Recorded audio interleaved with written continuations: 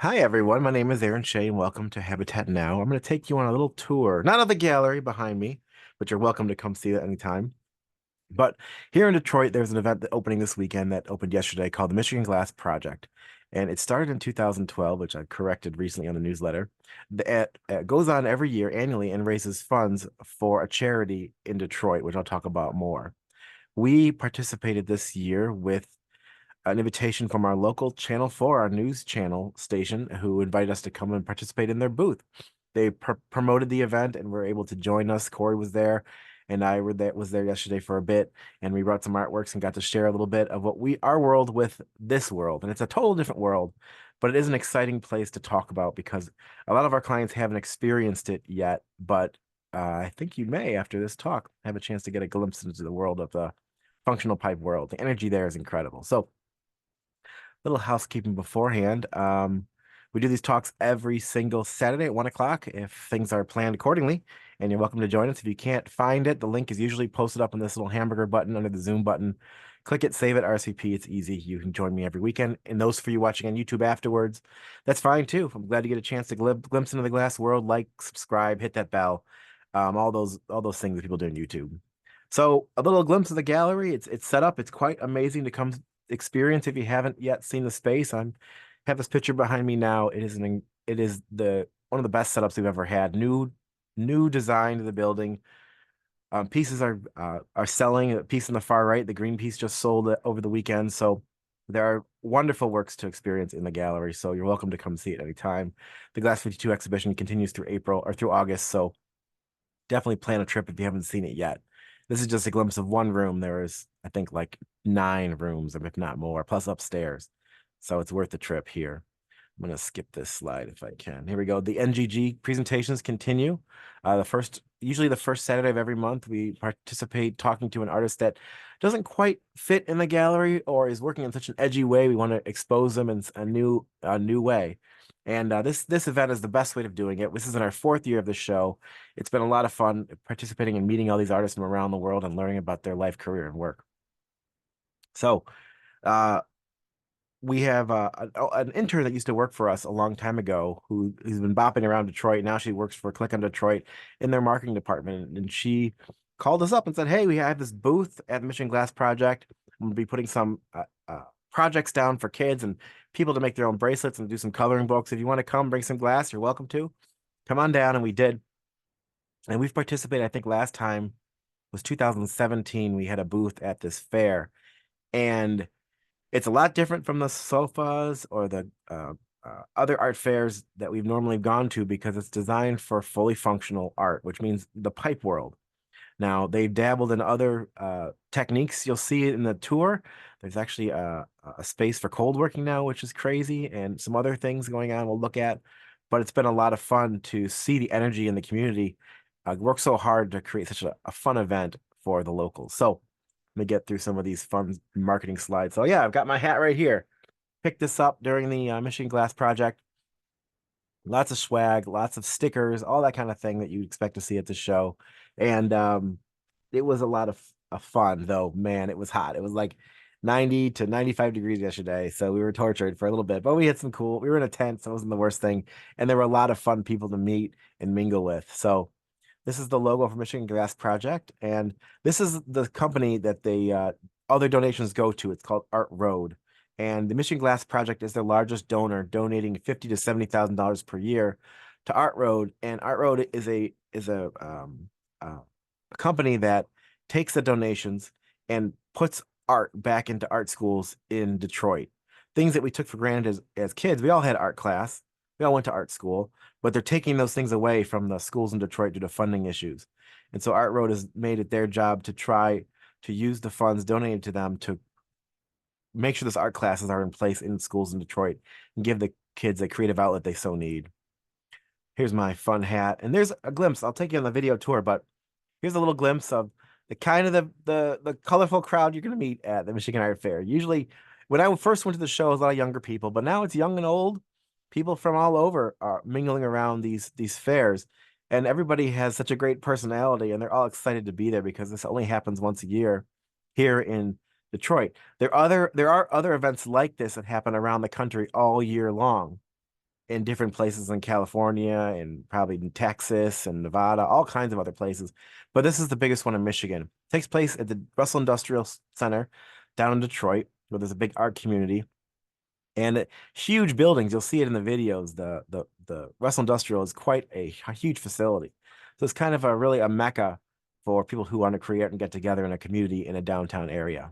So this is kind of gives you the scale of how many people are there who are, you know, showing off their techniques and style and teaching others and giving an experience. Look at them all in a row. There's like, I swear, like I think there's like 40 people all in a row creating the end of the end of a flame, creating flamework glass, creating these pipes. Each of them have their own style and technique, which is very important in this world. So you stick out in your own way, and they're all incredibly nice. Obviously, when they're focused on their, the craft at that exact moment, you don't really bother them. But afterwards, a lot of them are really nice and happy to answer questions. So here's a video. Let me see if I can get it going without the audio. So we'll do a little walk around here. So this was the start of Mission Glass Project. You see the hat I just bought. Pretty sure I put a promotion, a little bit of a purchasing there of the swag. Put it on. So this table right here is the auction table, and we'll take a tour of that and talk about that. And all the funds from every piece donated goes to Art Road, which is very exciting. And so you get the idea of the scale of this place. It's quite large, and there are, we got there on the first day. I was there. Corey was there before me. We got there on the first day, and people were still setting up. It's a very relaxed atmosphere, but overall, there's a lot of different things going on. I didn't get to everything, but I'll tell you about the last one at the end of the video. Obviously, they have drinks and beer, and everything's done by tickets except for food. But there's a whole section here designated to vendors as a kind of like an art fair would, but there doesn't really seem like requirements of who they are and why they're there. Some of them are selling, clothing that would be worn by people at an event like this, fun stuff, colorful stuff. Other people have their glass wares, whether they be sculpture or fully functional pipes. Um, some people out of left field are making food and nuts and then dry ice cream, but everybody is so friendly and it's a lot of fun. These tables are really cool too. They're full of swag. You can see the NGG stickers I threw down. Just trying to get the word out there for each person, each company trying to spread what's going on. So this particular artist had really cool butterfly necklaces. This gentleman was offering hats, all kinds of fun, wild things to experience at this show. So we'll kind of take a breeze through here. People were there from the local Detroit news. People were there from different companies, but everybody was having a great time. So the space is not well cooled, that's for sure. It is an giant warehouse. Outside, you'll see there's setups out there as well, and there's a food bar. There's drinks with tickets, but everything is not cheap. It's pretty amazing how much people have priced their artworks or priced their products. My guess is it's designed between you and me for a little negotiation for everything. But there's a lot of fun drops and beads, and some of the stuff is just fun stuff, crafty stuff. And I'm not too into the world to know what is what's worth more, what's more technical than the next thing at the space, depending on the pipes. But we saw people and people we knew, met a lot of people that were there, people that came in from all over the country just for this event, which is a lot of fun. And I think there's someone at the end here that was selling uh, greeting cards. Yeah, a wood person selling wood, and they had gems there and stones, which is kind of fun to see. Uh, so it's a little bit of exploration of everything. This was the smoke signal greeting cards. Why not? Why not have a greeting card place in this event, which is kind of fun. All the clothes you could possibly want, and people thought I was streaming on Instagram because everybody was so excited about someone coming by and filming their booth with their phone because it gets the word out more about their event. Now, now you're asking, did I buy anything? No, I didn't buy anything except for this hat. I just felt, there's a certain person who would require a pipe, and I'm not one of them. But people really enjoyed the marketing and the sharing of their products. So once we get through the early phase here of kind of walking through the area where the sales people are and talking about their products, and some people are selling very technical glass tools, other people selling shirts, other people selling wild fingers. Like these were kind of wild Pez dispensers with weird heads on them. Just kind of wild things to see. Goonies, Barbie accessories that were not legal. But as we get through, there's some people selling glass rods. People need material, obviously, to create what they create. This gentleman was intensely talking about his projects. People are really believing what they do here, which is kind of fun. So we'll be getting to the more exciting part in a second here, which is all the flame workers and the auction. Now, I suspect the flame workers are all invited to participate in the show. Everybody gets a station for a period of time, usually a day, maybe, and certain ones get more time. The gentleman, probably the most well-known artist from this world, is a gentleman named Banjo, who was here. He's always consistently here, and he is one of the most talented out there creating in the functional pipe world. And it's often he often's at his station every single time, every single day. But other people kind of move around. So we're heading over now. So a glimpse, everybody has their own kind of style, their own kind of tools they bring with themselves. But you can see the intensity and the of the length of this table. Everybody's working on a concrete block with their own torches. Everybody has their own type of glass, their own type of torch, their own tools, their own style, both men and women across the board. In front of them is their names, so people have recognition of who they are at least, and they all go by pseudonyms usually, except for Adam Thomas, um, which represent who they are and why. And they're all friendly to everybody and to each other, and it's a great community to be a part of, and really for us to learn about. So you can sit down and watch one person for hours. You can move around and see what people are doing and why. You can even ask them. But everybody is intensely working on their own sculpture. But this is a lot of artists working at once. At Art International, we have artists at a 10, and maybe you see one or two working. There's Danny White, in front of the gallery. And yep, hey Danny. And one of the founders right there of MGP. It's great to see him there. But everybody has a spot. And the gentleman right there on the far right in the tie-dye shirt, that's Banjo, one of the most well-known and talented artists working in this world. He's there every year. Part of the swag was you had to buy a $10 bottle of $10 bottle in order to get unlimited refills of water. You know, all interesting stuff. Okay, so we're gonna head over now, I believe, and check out the auction. So what a space. Look at all these fun people all over, quite diverse, great community. What Everybody has their signs up promoting their own career and promoting their work, which is very normal for this. And you have a chance we met a bunch of people at the show and had a great time talking to them. Met a guy who makes, I think it was beer syrup, all the way from Kentucky, came up for the show to help with the bar systems. So it was a lot of fun. So this was a really interesting piece by his name will come to me in a second when I see the sign, I'm sure. This is one of those marble pieces by Bandu. Yeah. And he wrote the book on flamework. He's on his third revision right now. And I sure see it plugs in, but it's not plugged in currently, and marbles roll around that entire piece. So I got as close as I could to show a lot of these incredible works that are being offered. Now, it's a variety of talent, right? You have people who are on the high end, people who are just starting out. Uh, Z, one of the members of our family, sent a little glass brick, but all the pieces are being auctioned off to raise funds for Art Road, which is very important for the Detroit community, and lots of interesting things. Now you have marbles, you have pipes, you have the Barbie pieces we talked about earlier, you have goblets, you have beads, they call these things coins, which is new to me, glass swords, and I'm not sure how you decide which one you want, but I guess you just do.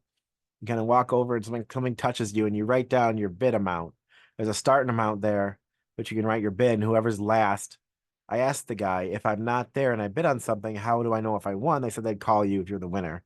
You write the phone number down, then you can arrange pickup or they can ship it to you for cost. So it's very interesting to see. But they keep filling that table up because people show up through the whole event and keep adding work to be donated to the event. So you'll walk over and you'll see some, and you'll walk over like a day later, and a whole another table will be filled. These are the interesting. These are, I think, are lathe glass hot sculptors. They have these spinning lathes that create glass. And I've only seen these at the pipe shows like this, but they spin and they create just like a woodworker would with a wood turner. This is this is the first part of the cold working. There's the big store across the way offering. Some people really have their stuff together. This is the Michigan Glass project where I bought my hat. Cold working and more cold working, so which is new for this year. It's nice to see them exposing glass beyond just, flame working and pipes alone. They might be making pipes too, but at least they're making it in a different style. This girl was etching, woman was etching the entire time, working hard. And then supplies, lots and lots of glass. Very nice people, though. The guy bought my hat from was great. This was the Art Road shoes, just bringing awareness for Art Road.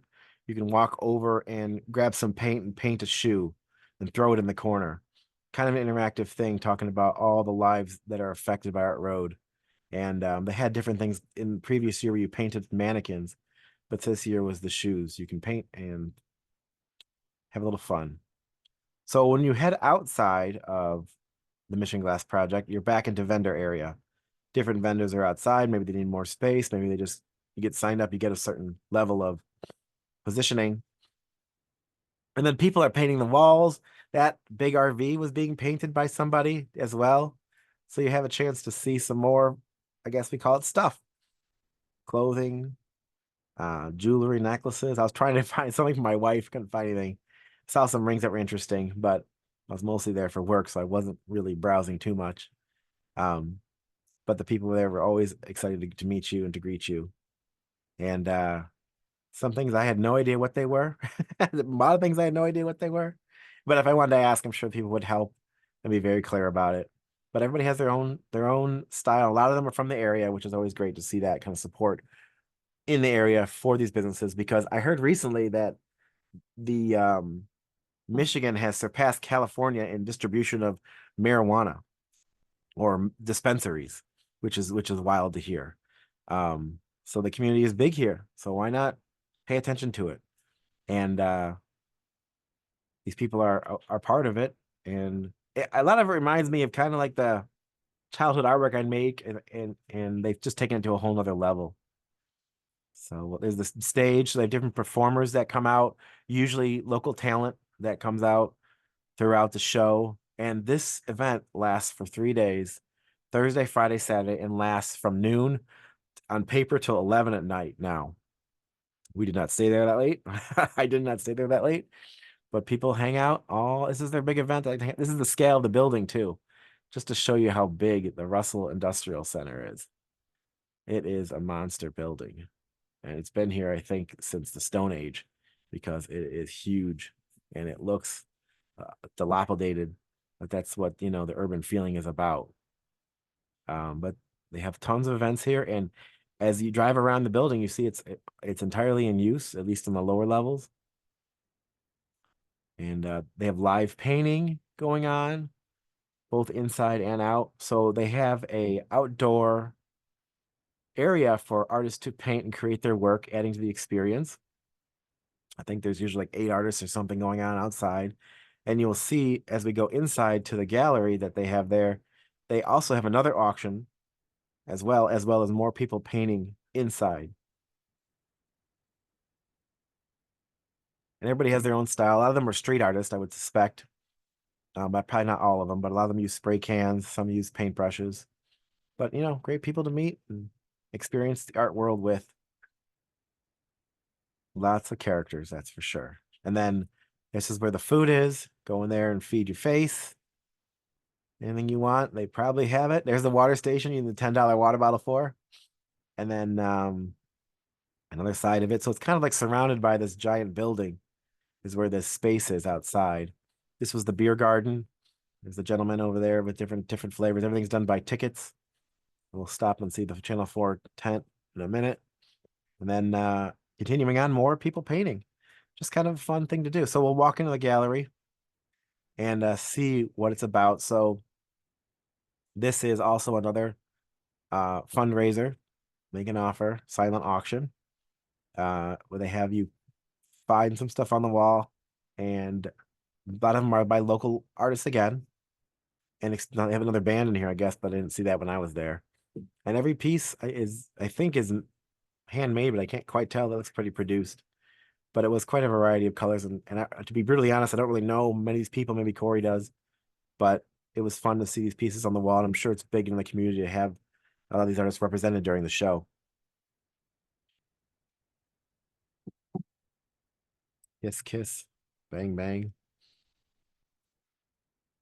Just showing the talent of the painters in the area, and then donating their work to help fund Art Road.